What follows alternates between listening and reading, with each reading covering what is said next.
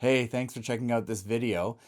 This video is entitled, Why Do Pills Make You Feel Better? Placebos in Modern Medicine. Thanks so much for joining me.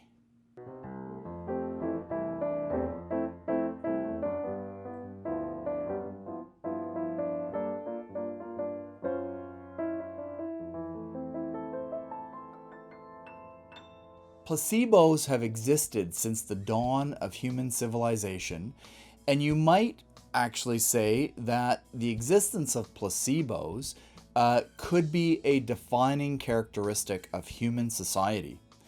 In modern scientific studies, placebo effects are the bane of drug researchers. We go to great efforts to account for and negate placebo effects in order to try to get at the actual pharmaceutical effect of the drugs that we're testing. In clinical practice, placebos are frowned on. They're often considered deceptive. But I would argue with you that the best care of patients receiving any kind of medication accepts and accounts for placebo effects. This video is mainly for patients who are struggling with drug therapy, but also for doctors who need to develop strategies for dealing with placebo effects of drug therapy. I'm going to do another video on nocebo effects, and that video is also very important when you're trying to help patients deal with unintended, non-pharmaceutical effects of the medications that they're taking. The idea for this video in part came from this excellent review of placebo and nocebo effects that was published recently in the New England Journal of Medicine, and I would encourage you, if you have access to this, to give this a read because it does cover a number of these ideas in a more scientific way. In order to start to grapple with the concept of placebo effects, I think we need to start by recognizing that our expectations have a very powerful effect. The expectation about what will happen to us when we take a pill, or undergo surgery, or do some exercise, or even eat a jelly bean, can have a very powerful effect on what actually happens to us when those things occur. If our expectations about what will happen result in a positive effect, we call that a placebo effect. And if our expectations about what might happen to us result in a negative effect, we call that a nocebo effect. The placebo effect is a source of benefit for most drug, herbal, homeopathic treatments for at least the last 10,000 years. And it's really only in the modern scientific era that the placebo effect has become the enemy. We actually use the moniker placebo-controlled as a way to describe a good study. The idea that you have to get rid of the placebo effect, or at least account for the placebo effect when you're studying medications, has become ubiquitous. It's become unethical for physicians to use placebos without consent. And in fact, the only way that you're now allowed to use placebos is that you have to tell the patient first that it's not going to work, and then you can give them the placebo. Well, obviously, making their expectation that the drug will be not effective is going to alter the ability of the placebo to have a beneficial effect. The bottom line is, when I thought about making this video, I thought, my training in my medical community, we're basically taught to fear the placebo effect. It's something that should be avoided, and we often don't talk about it. Surprisingly, even though I would argue that the placebo effect is probably the foundation of most of the tradition of healing and healers across the history of the human race, we actually know very little about the placebo effect, especially when it comes to the way we study things in modern medicine. Many studies have shown that with certain conditions such as pain, depression, anxiety, dementia even, placebo effects can be as powerful as the pharmaceutical effect of many of the types of medications that we would give patients with these conditions. Even in conditions like asthma, where the predominant symptom is shortness of breath, a placebo can relieve symptoms. The placebo effect does a lot to get a patient feeling better. Why do pills make us feel better? The contemporary medical view of this is that if I give you a pill to, for example, treat your blood pressure, you have a high blood pressure, or maybe I give you a blood thinner, the purpose of that drug is to prevent you from having a stroke. Now, the pill is specifically developed not to have an effect in your brain. For example, it won't bind to those filthy little endocannabinoid receptors in the brain.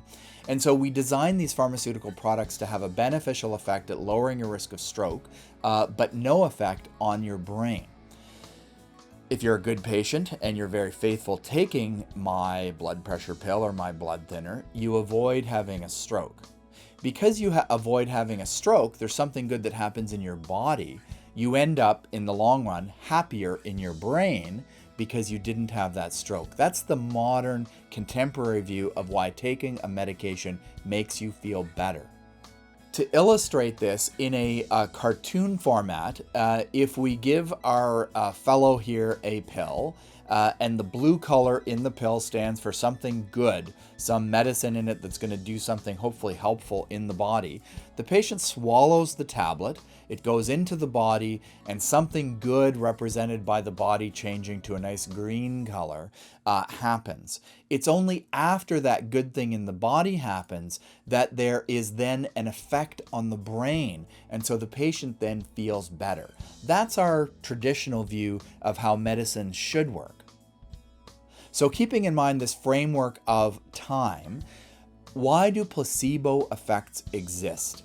Well, the placebo effects exist because your brain is connected to your body, or your body is connected to your brain. As individuals who enjoy recreational use of substances have discovered, our filthy little brains seem to have no patience for waiting even hours to feel better. They want to get on with feeling better immediately, and we have developed a whole host of neurotransmitters to get on with feeling better immediately. So in our little scheme here of time versus when you're going to feel better, our brain sits in the immediate category. Our brain wants to feel better now. The substances that the brain has developed in order to make itself feel better include endogenous opioids, endocannabinoids, dopamine, oxytocin, vasopressin. Here's the crazy part. If you swallow anything that might have a health effect, either positive or negative, your brain may produce some of these feel-good substances. Even if what you're swallowing is a jelly bean, if you have an expectation that that may help your health, then your brain is going to treat you in that way. This is what we call the placebo effect. And the placebo effect, in some cases, can provide the same kind of a trip as some of the recreational substances that humans have been known to abuse. A more realistic view of why patients feel better when they're receiving a treatment is illustrated in this cartoon. So the patient swallows the tablet, it goes into the body, and at the same time as the pharmaceutical agent, the medication, is having a beneficial effect on the body, the brain is already responding with a bit of a placebo effect that allows you to feel immediately better. I have many patients that tell me that when they start taking their medications, they feel much better. And I know personally that that drug hasn't had a chance to really kick in and start working yet the patient is saying, "Doc, I feel better." That's the placebo effect. One of the interesting things that can happen with medications is that the patient swallows the medication, it goes into the body, and way before it ever starts to have an effect on the body, the brain is telling the patient, this is a good thing for you to be taking. Now, I want you to think about a scenario where we have a patient taking a placebo and we have a patient taking an active treatment. Now, if you stop and ask yourself, what is the goal of taking medications? If the goal is to feel better, then when our patients take their medications, the fellow taking the placebo feels better immediately. The patient taking the active treatment has a beneficial effect in their body. They eventually feel better, perhaps related in part to placebo effect, perhaps because they, are feeling better physically. But one of the questions to ask yourself is that the way the patient feels after taking the active treatment versus taking the placebo is often similar. And I wonder why in contemporary medical systems we frown on placebos. Placebos can achieve the same benefit as the active treatment. So what's the impact of the placebo effect on some of the patients that I look after? Well, one example of how we live with placebo effects is that when a nurse provides an injection of hydromorphone, which is currently on the inpatient ward where I work, our favorite opioid medication, if that nurse frames the injection with the statement, "This is a very potent injection," then that patient will achieve better pain relief than if the nurse says nothing.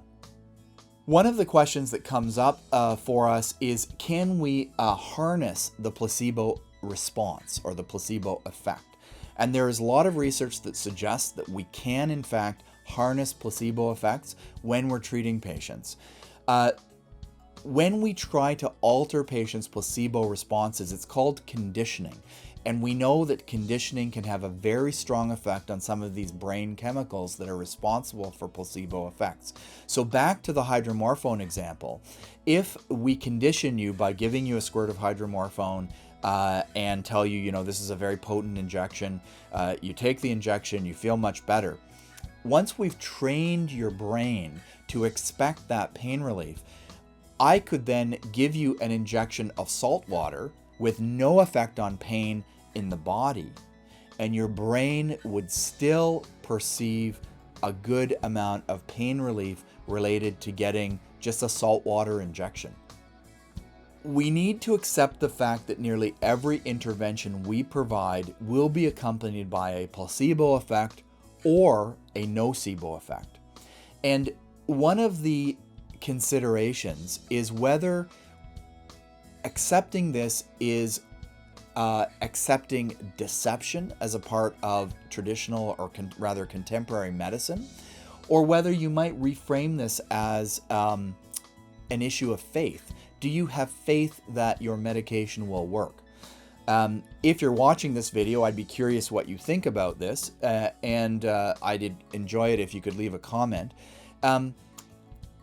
If you are wondering as a patient whether the placebo effect is something that might be worth utilizing, you should chat with your doctor. Good doctors will have a strategy for you to consider in relation to placebo effects. There are ways of determining if you are experiencing placebo effects. There's something called an N of 1 trial that can be done to look at placebo effects within medications. And if you are experiencing negative effects of drugs, I'd really like it if you could watch the next video in this series, which is about the nocebo effect. I want to thank you for watching this. And again, if you have comments about this topic of the placebo effect, I'd really appreciate it if you could leave a comment. If you have ideas for other videos, please leave a comment. And please send this around to people that you think might be interested. If you feel like subscribing to be notified when I post more videos, please do so. Thanks again for watching. Dr. Dresser does not wish to take any responsibility for his opinions expressed in this video. Nothing in this video should be considered a therapeutic or diagnostic recommendation. If you are one of Dr. Dresser's patients and wish to be considered a good one, please adhere to everything in this video with religious fervor. If you are not one of Dr. Dresser's patients, please discuss these ideas with your healthcare provider.